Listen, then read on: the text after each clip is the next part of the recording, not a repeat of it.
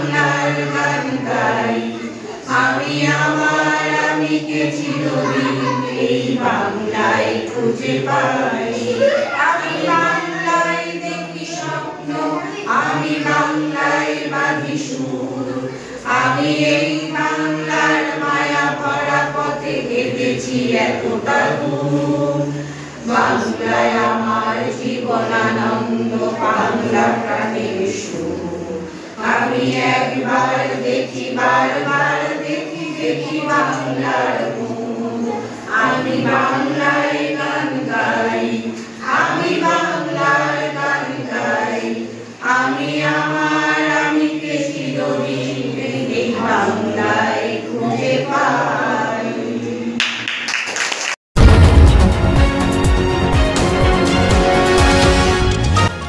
আপনারা দেখছেন এইকাল.in, সঙ্গে থাকুন, ভরসা রাখুন। ডোগাছিয়া বিদ্যার্থী ভবন প্রি প্রাইমারি স্কুলের পড়ুয়া ও শিক্ষক শিক্ষিকারা একসঙ্গে এক মনোজ্ঞ সাংস্কৃতিক অনুষ্ঠানের মাধ্যমে ভাষা দিবস পালন করলেন। ভাষা দিবসের তাৎপর্য ব্যাখ্যা করলেন শিক্ষিকা দেবীপ্রিয়া ঘোষ।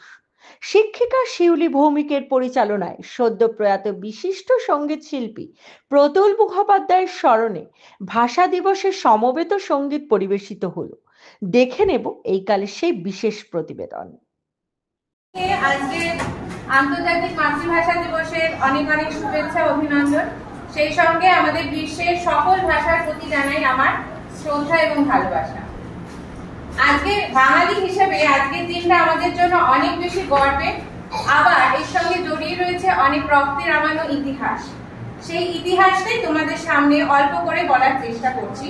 তোমরা হাতে দেখতে পাচ্ছ ভারতবর্ষের একটি ম্যাপ। মানচিত্রে এই যে ভারতবর্ষ দেখতে পাচ্ছ, তার প্রতিবেশী দেশ বাংলাদেশ এবং এই পাশে দেখতে পাচ্ছ পাকিস্তান।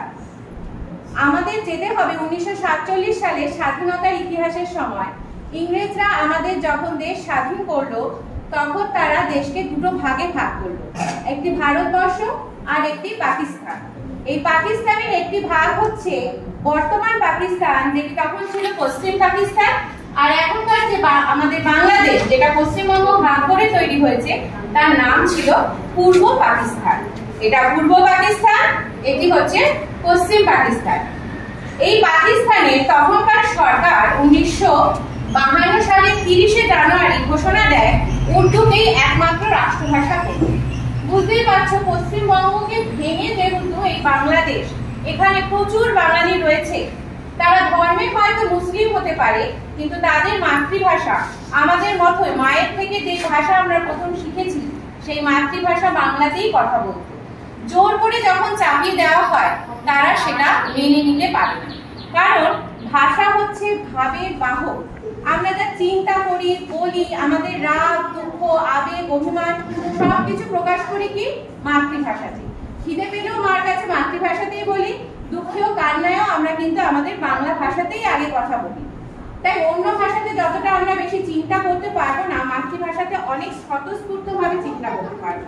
তাই সেই সময় ঢাকা বিশ্ববিদ্যালয়ের ছাত্ররা তারা প্রতিবাদ মিছিল করে এবং 1952 সালের আজকের দিনে 21শে ফেব্রুয়ারিতে তারা যখন মিছিল করছিল, সেই সময় সরকার তাদের উপরে গুলি চালায়।